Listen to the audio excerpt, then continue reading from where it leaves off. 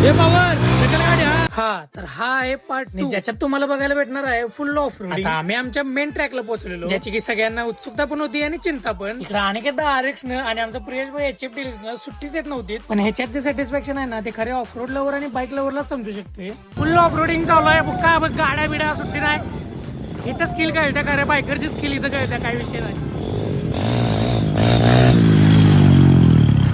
सगळेजण एकमेकांना मदत करत त्या मोमेंटचा आनंद घेत होते. गाड्या कुठल्या पण असू देत, आपल्या ग्रुपमध्ये आले म्हणल्यावर त्या गाडीनं ऑफ रोड करायलाच लागते, त्यात काही विशेष नाही. इंटरसेप्टर असू दे, सुपर मीटर असू दे, सगळ्या गाड्या पाण्यात उतरवलेल्या. भाईयो है की लाईफ आहे, पूरी एन्जॉय करके जियो. टेन्शन और स्ट्रेस लेके थोडी जिंदगी यादगार बनेगी. अरे आपले स्किल्स आणि एन्जॉयमेंट बघून आपल्या पुढच्या पिढीला पण आपल्यावर गर्व झाला पाहिजे. भाई लाईफ जी नाही तू इनके जैसी सोपं आहे का? ऑफरोडचा बादशाह, ऑफरोडचा बादशाह.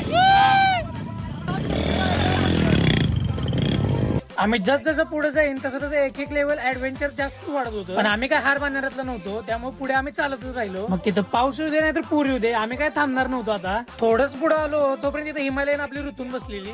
गाडी डिस्प्ले लावलेली आहे, बाहेर संपर्क करा, काही विषय नाही. तिथला चिखल बघून आणखी त्याला घालू नको म्हणलेलं गाडी, तरी पण त्याने घातला. आणि तिथल्या सगळ्या गाड्यांची कला बघून इकडे स्कूटर पण जरा शिट्टे मारत होती. त्यानंतर छोटस चॉकलेट वाटप झालं आणि तिथनं पुढे आम्ही डोंगरातल्या चॉकलेट मध्ये गाड्या घालायला तयार झालो. रस्ता नव्हता म्हणून आम्ही थांबलो, नाही तर वैयक्तिक रस्ता तयार करून आम्ही गाड्यावर घातल्याच.